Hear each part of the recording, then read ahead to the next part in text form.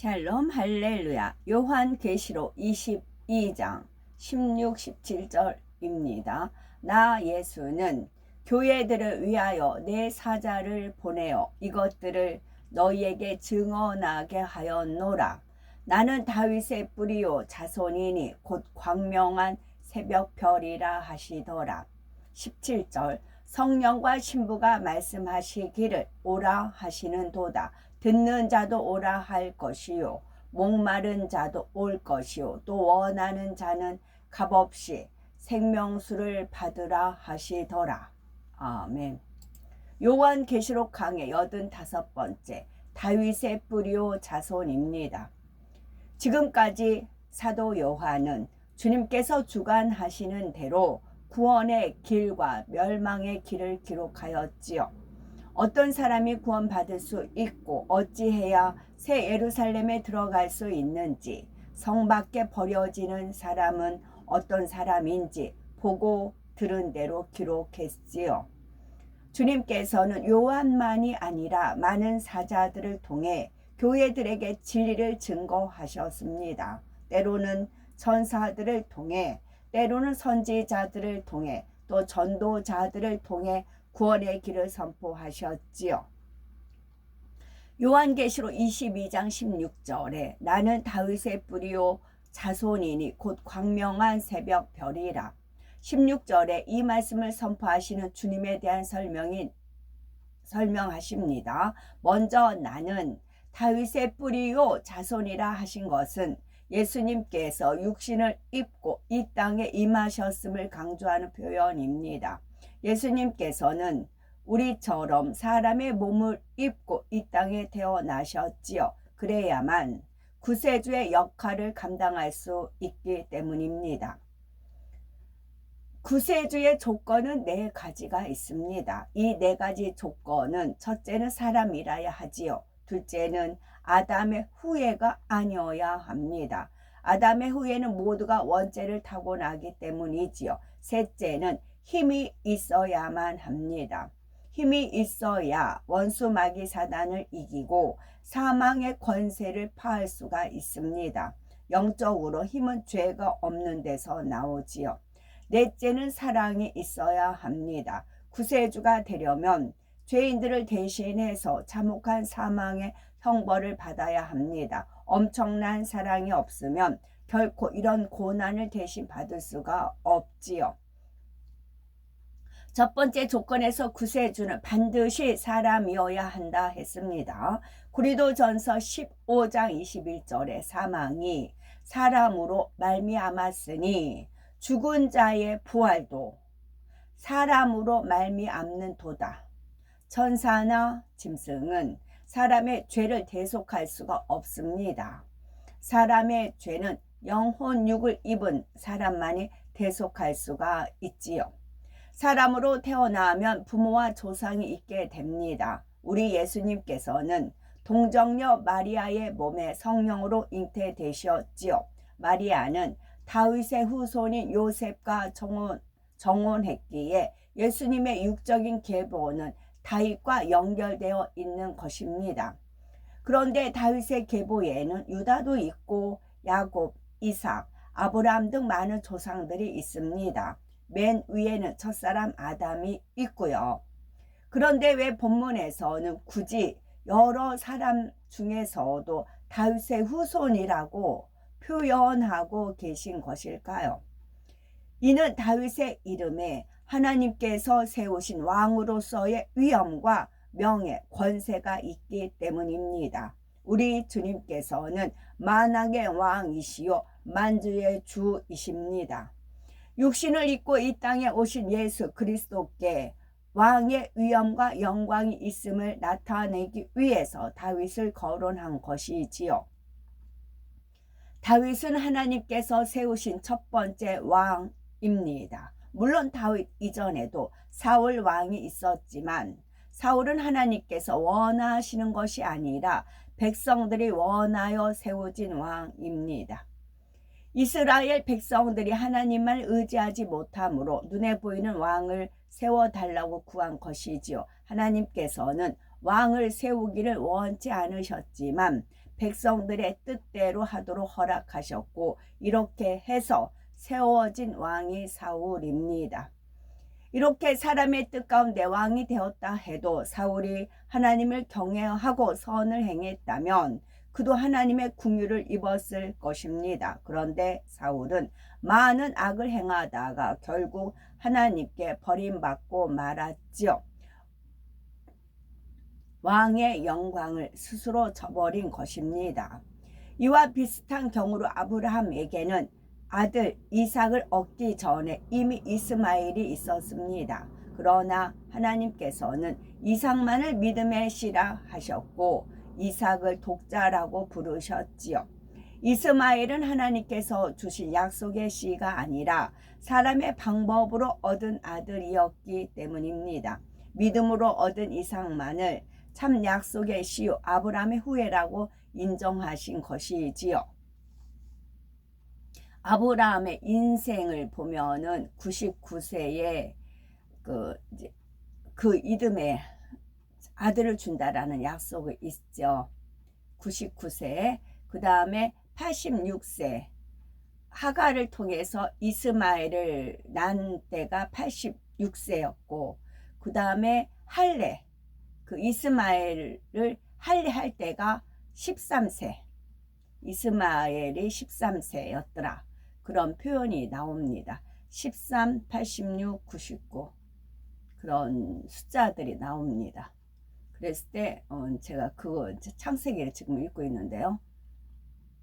99 그러니까 99년도에 저도 아버지 하나님이 영이 임재하셨고 그 다음에 86은 제가 이제 결혼한 해 그때 결혼을 해야만 했습니다. 86 그리고 10월 3일은 개천절 하늘문이 열리는 개천절. 그러나 옛날에는 개천절이 음력이었어요. 음력 10월 3일인데 지금 양력으로 바뀌어서 10월 3일입니다. 그래서 음력과 양력 하나님께서 이제 섭리를 하시는 거입니다. 그 다음에 13은 사랑의 숫자. 그때 이제 할례를 하라 해서 할례를 한 그런 숫자들이 나옵니다. 그래서 우연은 아니라고요. 그것에 미리 이제 유행은 돌고 돈다 그러잖아요. 돌고 돈다 해서 소돔과 고모라에 했던 그 만행이 지금 오늘날까지 이루어지는 거잖아요. 그러면 소돔과 고모라 이제 멸망하고 새 시대 하듯이 또 그렇게 되는 겁니다. 그래서 아버지 하나님께서 유행은 돌고 돈다 그러셨어요. 그래서 이제 아브라함 예표가 되는 것이고 그림자인 것이고 또 그렇게 이어지는 겁니다. 야곱과 에서의 경우를 보아도 육적으로는 에서가 먼저 태어났지만 장자의 축복은 야곱이 받았습니다. 에서는 팥죽 한 그릇에 장자권을 팔아버릴 정도로 하나님의 복을 만홀히 여기는 망령된 사람이었기 때문입니다. 이처럼 다윗 이전에도 사울이 왕위에 있었지만 하나님께서 인정하시는 첫 번째 왕은 다윗이었다는 말이지요. 하나님께서는 마음에 합한 다윗을 택하셔서 왕으로 세우시고 존귀한 자가 되게 하셨습니다.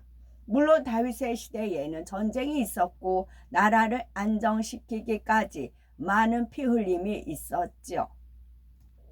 그래서 태평성대를 누렸던 그의 아들 솔로몬 왕의 영화보다는 못하게 보일 수도 있지요. 그러나 솔로몬의 영화는 다윗이 쌓아놓은 업적을 기반으로 해서 얻은 것입니다.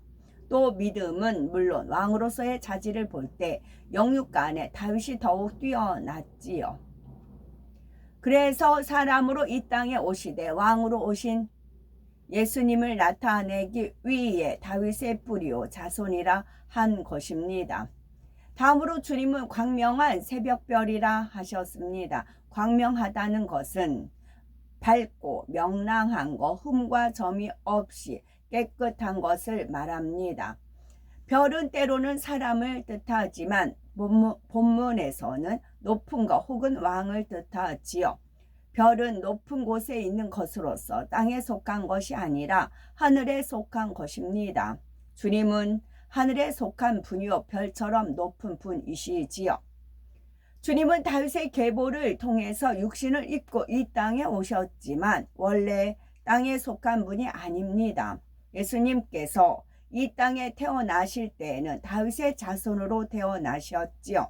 이때 예수라는 이름의 뜻은 자기 백성을 저희 죄에서 구원할 자입니다. 아직 죄인들을 구원하신 것이 아니지요. 그러나 십자가에서 죽으시고 부활하신 후에는 그리스도 곧 우리를 구원하신 분이요 우리의 구세주가 되셨습니다. 더 이상 다윗의 자손이 아니고 삼위일체 하나님의 한 분으로 지극히 높으신 창조주 하나님 자체가 되십니다. 마태복음 22장 42에서 46절을 보면 예수님과 바리새인들이 그리스도에 대해서 대화하는 장면이 나옵니다. 너희는 그리스도에 대하여 어떻게 생각하느냐? 네 자손이냐? 대답하되 다윗의 자손이니이다. 가라사대 그러면 다윗이 성령에 감동하여 어찌 그리스도를 주라 칭하여 말하되 주께서 내 주께 이르시되 내가 네 원수를 네 발 아래 둘 때까지 내 우편에 앉았으라 하셨도다 하였느냐? 다윗이 그리스도를 주라 칭하였은즉 어찌 그의 자손이 되겠느냐 하시니 한 말도 능히 대답하는 자가 없고 그날부터 감히 그에게 묻는 자도 없더라 했습니다. 바리새인들도 구약의 예언을 통해 그리스도가 다윗의 계보에서 나신 줄을 알고 있었지요. 그러나 영적으로는 그리스도가 다윗의 자손이 될 수가 없지요. 오히려 다윗을 창조하신 창조주이십니다. 이런 영적인 의미를 알면 주님에 대해 말할 때도 예수님이나 예수 그리스도 주님 이런 표현을 잘 구분해서 쓰게 됩니다.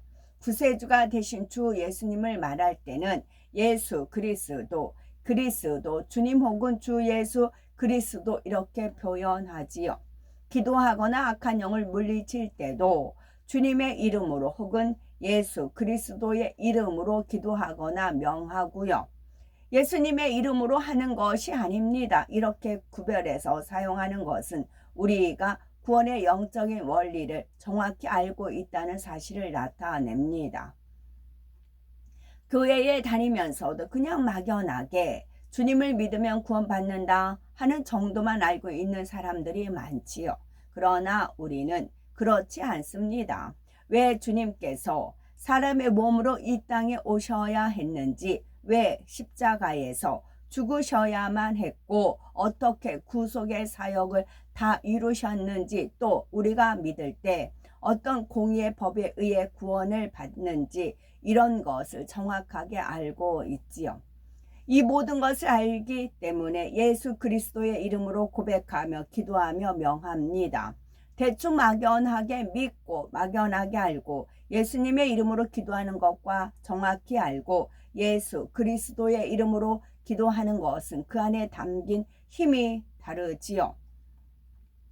새벽 하늘에 맑고 깨끗하게 빛나는 새벽별은 우리 주님께 흠도 점도 없음을 나타냅니다. 또한 새벽별은 어둠이 물러가고 해가 뜨기 시작하는 때, 곧 빛이 임하는 때이지요. 어둠의 권세, 곧 사망 권세를 깨뜨리시고 우리에게 광명의 시작을 주신 분이 바로 우리 주님이십니다. 지금 왜 완전한 광명을 주셨다 하지 않고 광명의 시작을 주셨다 했을까요? 주님께서 부활하심으로 사망 권세를 파하셨지만 아직은 악한 영의 세력을 완전히 멸하신 것이 아니기 때문입니다. 어둠이 완전히 소멸되는 것은 7년 환란과 1000년 왕국이 지난 후 대심판 때입니다. 대심판 때가 되어야 원수마귀 사단이 무저갱에 영원히 갇히게 되고 우리는 어둠이 아멘. 여기까지. 아멘.